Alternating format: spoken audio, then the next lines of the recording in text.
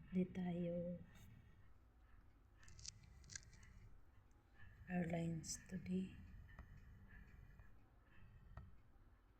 June. One way. Iba naman tayo.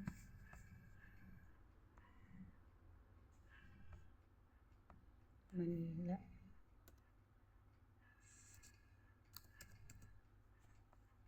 Manila to Cagayan de Oro. Cagayan de Oro tayo. So, hanapin natin. Airlines to ha. So, may mura. Dito tayo sa July. Tingnan natin yung mga mura. Meron dito 31, 2,000. Ito 31 tayo. So, economy. One adult. Walang bata, walang infant. So, hindi citizen.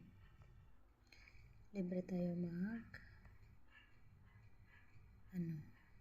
inquire.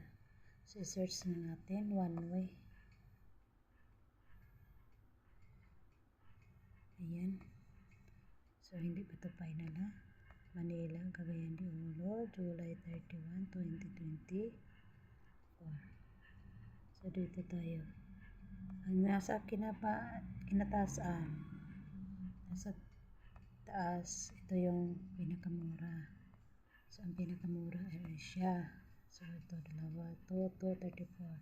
So, dito tayo mag-click para makita natin ang final natin. Ayan. So, AirAsia. Ang AirAsia, non-refundable siya. So, Manila, July 31, 2024. Non-stop, Cagayan de Oro, July 31, 2024. So, one adult, 2,234. So, pwede tayo mag-add on sa meals, baggage, seat. Nakaano tayo na. So, ang 2,000, tingnan natin, 2,234. So, no insurance. No insured siya. So, pindutin natin ang naka-insured ka. 2,314. So, konti naman ang 100 siguro. So, mas better kung insured tayo sa pagbiyahe natin. So, ayan. Manila to Cagayan de Oro.